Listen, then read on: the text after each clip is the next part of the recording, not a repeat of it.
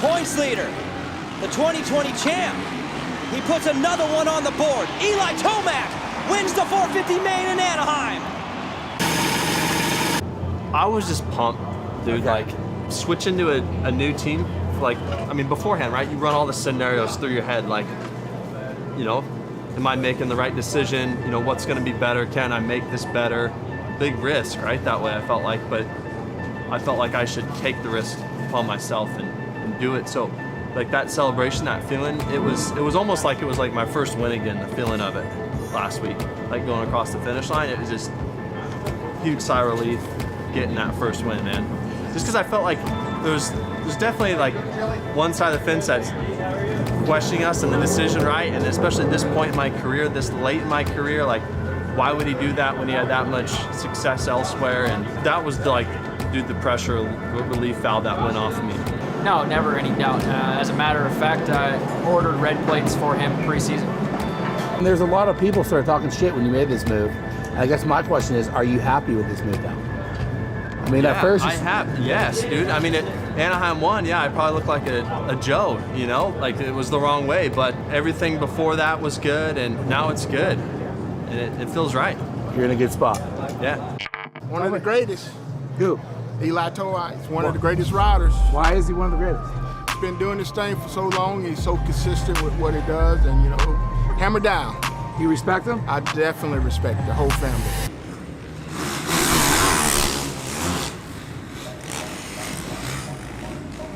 Yeah, our expectations with Eli are, I think they're always to win, but I mean, you have to be realistic too when you get on a completely new bike and on a new team. There's going to be a few kinks to work out, you know. And for us, it was just getting his chassis a little bit more dialed for the first couple rounds, and then the clutch and the start execution. We did a lot of work on that those first 3 rounds, and kept improving. And now I feel like we're in a good spot to kind of really go racing now. After he wins the race, do you guys celebrate? What do you guys do as a family? What happens? Well, normally we just come back to the coach, hang out, and then, well, it depends what's going on. But Yeah. we got to do this 17 times. We can't get too crazy at round 4. Okay, good answer. Eli's a gnarly dude. Hell, man, I've known Eli since he was 5 years old, like riding little mini bikes. He was a gnarly dude then. His dad's a gnarly dude. Like, he was brought up to be a gnarly dude, right? Obviously, getting the red plates badass, because red plates are just badass in general. Rolling out for qualifier 1. Now's the time to throw it on a time. Like, we just had free practice earlier, and now we're like in the one that matters. Yeah, this gives us our gate pay.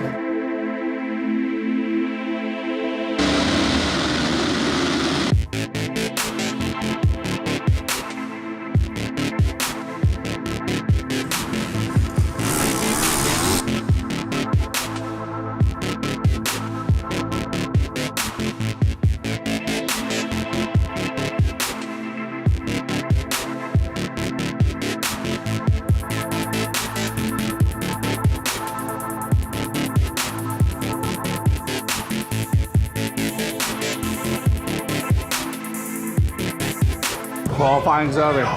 P2, man. Well, the first one I was fast. I was P1, shred. I was the early guy to do the quad god today.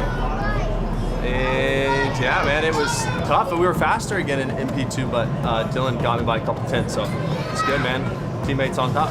Dragon's tough tonight. Like, that practice, what we're trying to do is jump off the second step from the top, right? And then you miss the top one completely. But sometimes you'll clip your front end and get a little front end, little bounce. It's a little bit sketch. Everything's been going pretty smooth between us. We get along pretty good. So I think that's the first step in having success with a rider is working together. Do you talk to him about riding, or you just stay on the bike?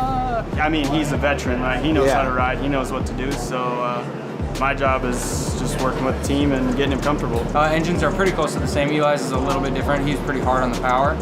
He likes it full blown all the time, and Dylan likes it a little more calmed down. Describe his ride style. Just manhandles the bike, it seems. Just muscle that thing around. Dude, Tomac, he's obviously, always fast. He kind of keeps to himself. You know, he's kind of a secretive guy. You don't know what he's got going on, but he's a legend for a reason because he's fast and he makes it happen a lot of times. Is he one of the best guys you've ever raced? Yeah. These are some deep questions, Barsha. No, I like it. Like, yeah. No, I respect him as a racer 100%, and he's a strong competitor. I like racing Eli. He races clean, fair. I like it. We've had the greatest battles, and I feel like we've been on top of our game for many, many, many years now, so I got nothing but respect for the guy. No, usually on those nights that he's on, and it's hard for anybody to beat him, but you know, for the most part, we've done some good battling for sure. That dude, whenever he's behind you, you can hear it because that dude is wide open, hanging out the clutch. And sometimes I watch him ride and I'm like, like that's got to be so stressful how he does it sometimes. He's been in it too, you know, like it's not like he gets like hurt or anything like that. Like he stays in the game, you know, race after race, year after year. So it's pretty damn impressive. You had great rivalries like back in the day, you know, with Ricky and Stu and Chad and Stu, and you know, there's all these great people that battled each other, and I feel like me and Eli we're kind of like these two, you know, for a while now. So it's freaking awesome. You got the whole family on the road these days, huh? Full crew to this one. Yeah. It's because we drove. Like flying's a nightmare, but we drove from Cali to here, so dude, it's just chaos. He just ate potatoes. What's his name? Noah. Tell me about Noah. Noah is 4 months. He has 2 teeth already. He's definitely his dad's son, that's for sure. Very spoiled ride. Has to be held 24/7. How does Noah like Supercross touring? Loves it. Y'all saw him on the podium the other weekend. Really liked it. This one on the other hand. And then what's your name? Lab. Who's just like Eli. That's so That crazy is Eli's to me. twin. We got the black eye. Yep. Gotta hit the floor, you know, a couple times, right? So, Kathy, how's the grandma life? Loving it, loving it. And then how is it with all these kids on the road? How's Love it. How's It's the so much dynamic? fun. It's so cool.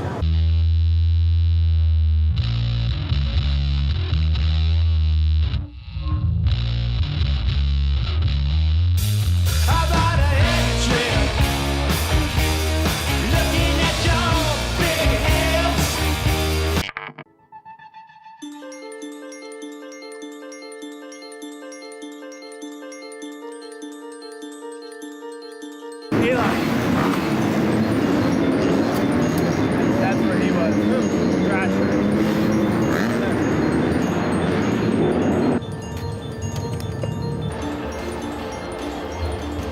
Christian said, check out the right side of the whoops. What's that? I had 3 minutes to load that 250. Oh, really? Wow. Fire him up, guys, fire him up.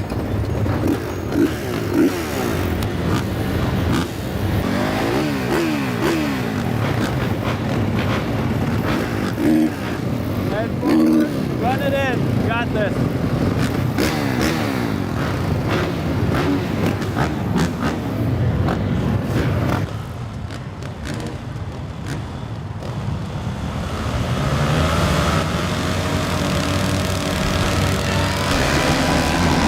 Wow. Whoa.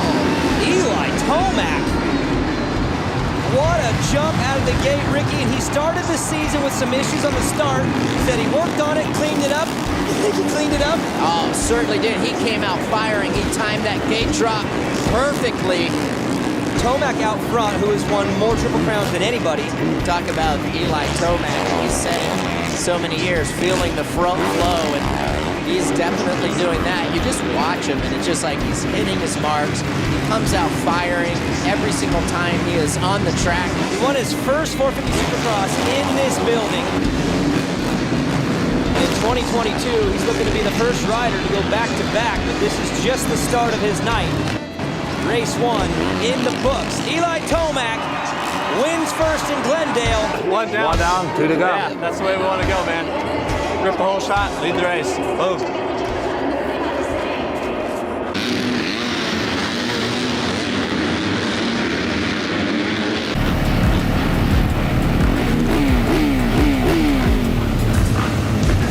Remember, head forward, run it in again.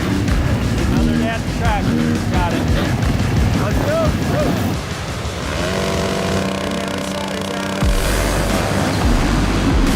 the jump. Not as good, but still the best. I mean, do we take the leap? Is he a great starter now, Ricky? That's 2 in a row. So he takes the lead. Jason Anderson second.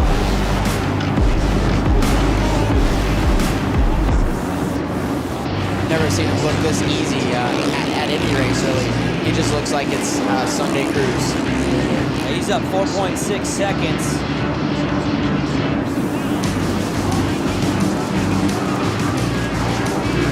I'm telling you how impressed I am with Eli Tomac.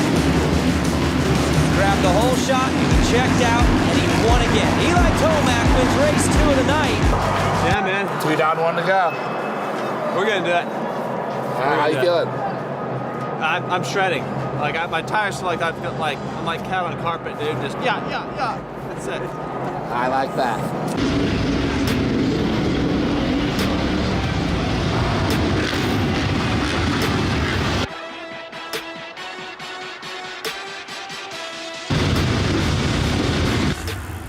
Race 3 of the 450 division is off.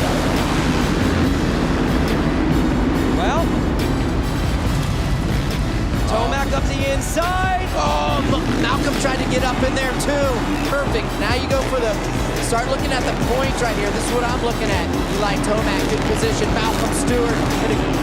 So if you're Eli Tomac, Ricky, do you go for the win? You try to sweep it? He knows where he needs to be to get the overall win, to add that points lead in the championship as well.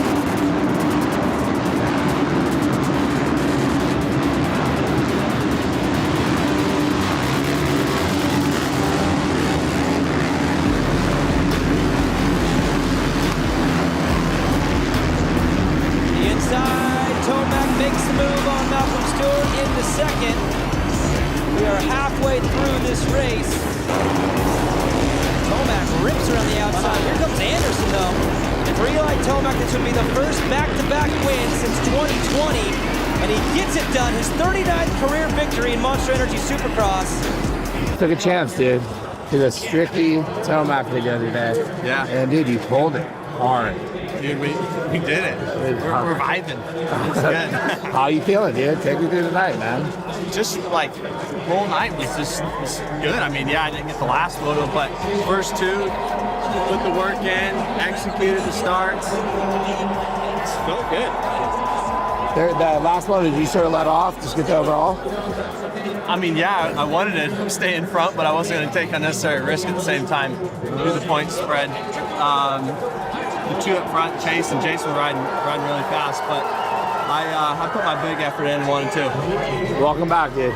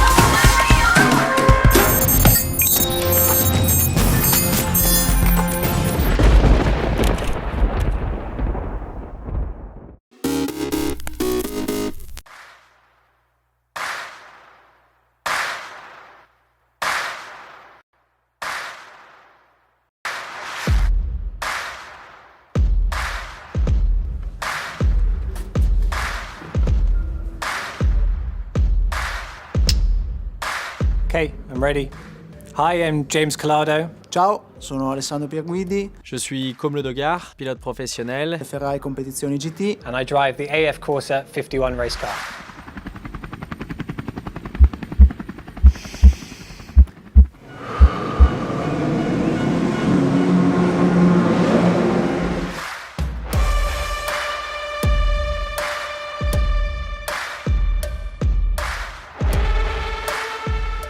So I was starting the race.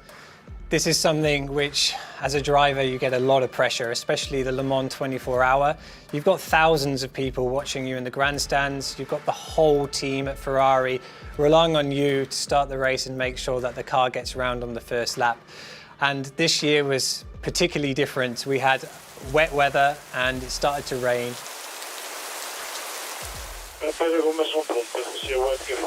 But once I crossed the start line, it was game on.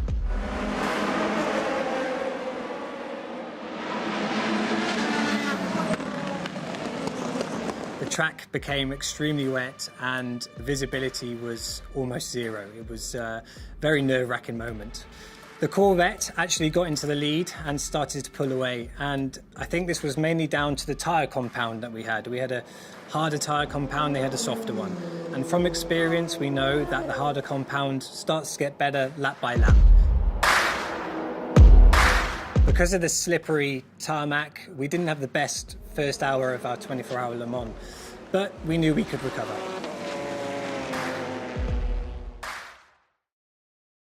As we expected, the tyres came up to temperature and we were able to manage the gap and actually start to catch the Corvette. So the track was starting to dry out and we started to catch the Corvette, and right at the very end of the stint, I managed to make an overtake. You're doing a great job, mate. Verso la fine della terza ora si stava preparando il momento di salire in vettura e mi stavo vestendo per dare il cambio a James. Durante i momenti in cui ci si prepara è sempre un momento un po' particolare, specialmente la prima volta si sale in vettura durante le 24 ore, quindi bisogna essere molto concentrati, sei un po' freddo, è il momento dove sei un pochino più teso. Poi è più semplice le altre volte che ci si prepara perché tu sei già caldo, hai già guidato, ma la prima volta che si sale in vettura è quella sempre che richiede più concentrazione ed è il momento in cui sei sempre un po' più nervoso, specialmente in una gara molto importante come la 24 ore di Le Mans e sapendo che la vettura è in un'ottima posizione. Siamo in P2, attaccati alla 52. Dopo che James ha superato la Corvette durante i suoi turni di guida, sono salito in vettura e ho iniziato a spingere forte per cercare di chiudere il gap con la vettura gemella, la numero 52.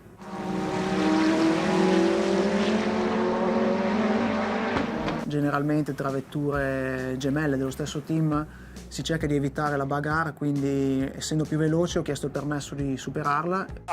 Alla ripartenza invertiremo le posizioni, tu passerai la 52. Quando mi è stato accordato ho superato la 52 e ho continuato col mio ritmo.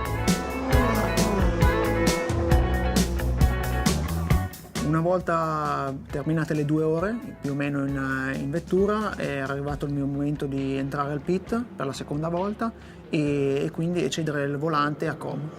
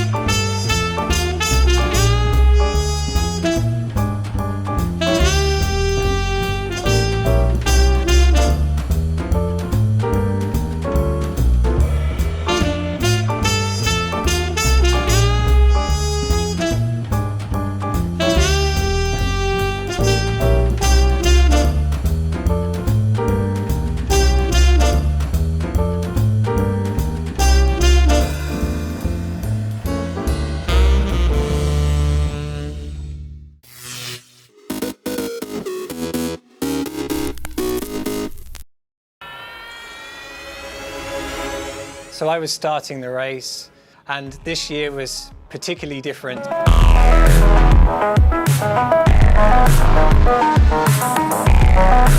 I managed to make an overtake. Sono salito in vettura, ho iniziato a spingere forte. Je me rappelle de quand Amato Ferrari m'a appelé pour m'annoncer que je serais sur la 51 aux 24 heures du Mans. Et c'était un moment assez spécial parce que c'est l'objectif d'une vie et d'un pilote. Pour moi, de prendre un relais tout de suite derrière Alessandro était un moment assez spécial et sympa parce que j'ai fait quelques courses avec lui, j'ai toujours pris beaucoup de plaisir à rouler avec lui et on se connaît bien et c'était, je pense, le bon ordre pour commencer mon premier relais.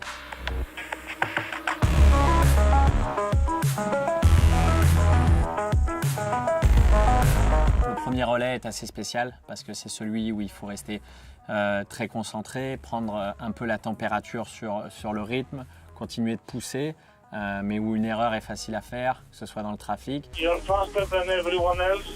Garder la distance avec la Corvette était un exercice de 24 heures où il fallait rester très performant en évitant les pièges et bien réfléchir avant de monter dans la voiture à la quantité d'attaques à mettre en piste pour pas détruire la voiture et voir le drapeau d'amis. We are leading now with a good gap. I will update later. Tour après tour, je vois arriver la fin de mon relais et la fin de la luminosité. Racing in the night in Le Mans is one of the most mentally demanding things I've ever done. It's very, very tough. The visibility is very low, especially when the temperatures drop. We get the fog come in over the track. Not only that, you're super tired. You've already done 3 to 4 hours prior to starting in the night.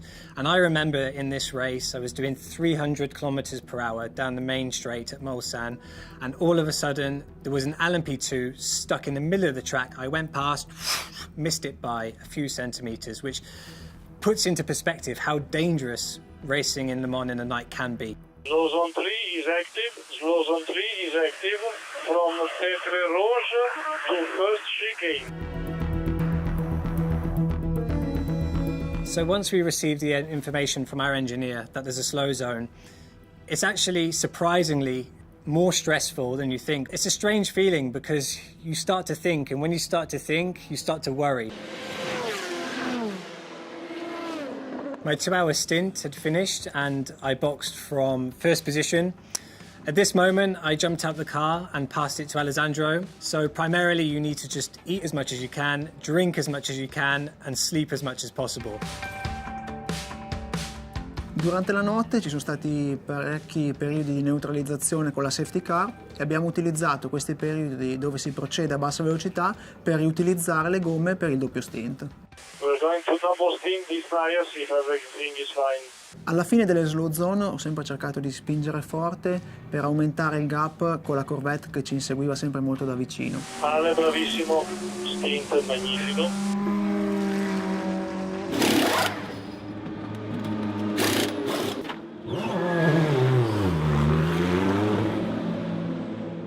C'était enfin mon tour de prendre la voiture pendant la nuit.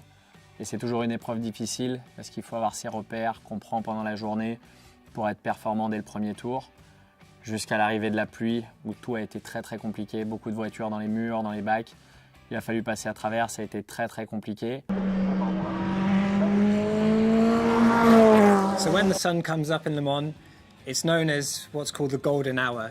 It's the golden hour because this is when the lap times are the quickest, the temperatures are normally at their coolest, but visibility is also at their hardest. So it's a time to push hard because it's coming to the close end of the race, let's say, but at the same time it's super important not to make mistakes due to the bad visibility from the sun.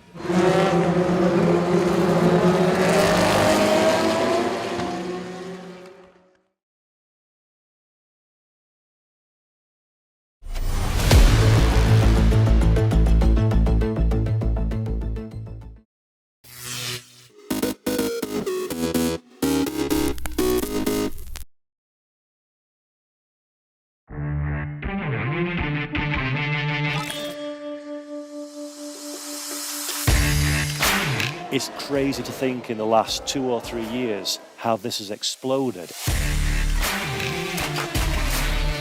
I'm Brendan Lee. I'm David Tonizza. And I'm a Scuderia Ferrari esports driver.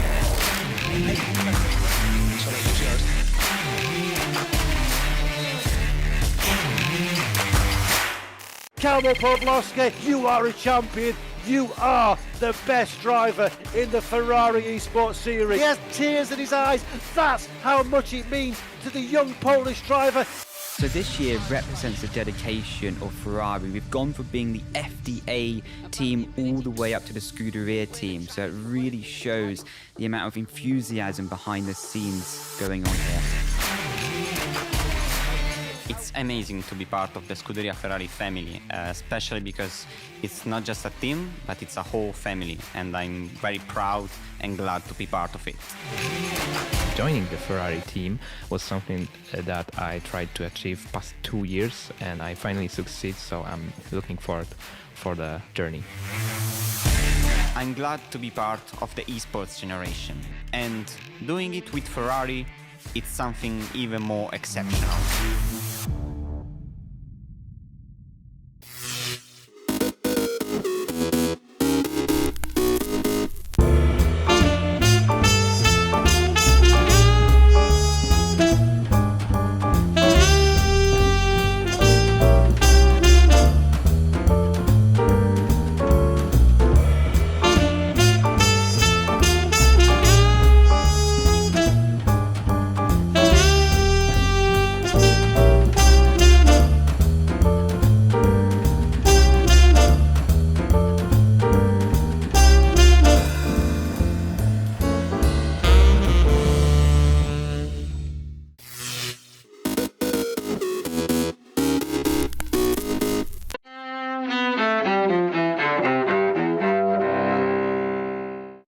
March 5th, 1770. The Boston Massacre takes place, an event that contributes to the outbreak of the American Revolution a few years later. It happens when British soldiers in Boston, taunted by a crowd of American colonists, open fire and kill 5 people. 1946. In Fulton, Missouri, Britain's Winston Churchill warns about the Soviet Union's growing influence in Eastern Europe after World War II. From Stettin in the Baltic to Trieste in the Adriatic, an iron curtain has descended across the continent. 1953. The Soviet Union's dictator Joseph Stalin dies at age 73, ending a brutal rule of nearly 30 years that made Moscow a world superpower. 1982. Over? Did you say over? Nothing is over until we decide it is!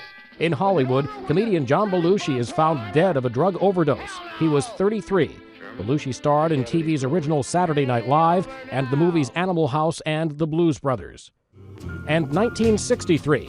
Crazy, I'm crazy for feeling so lonely. Singer Patsy Cline dies with 2 other country music performers in a plane crash near Camden, Tennessee. She was 30. Today in history, March 5th, Mike Gracia, The Associated Press.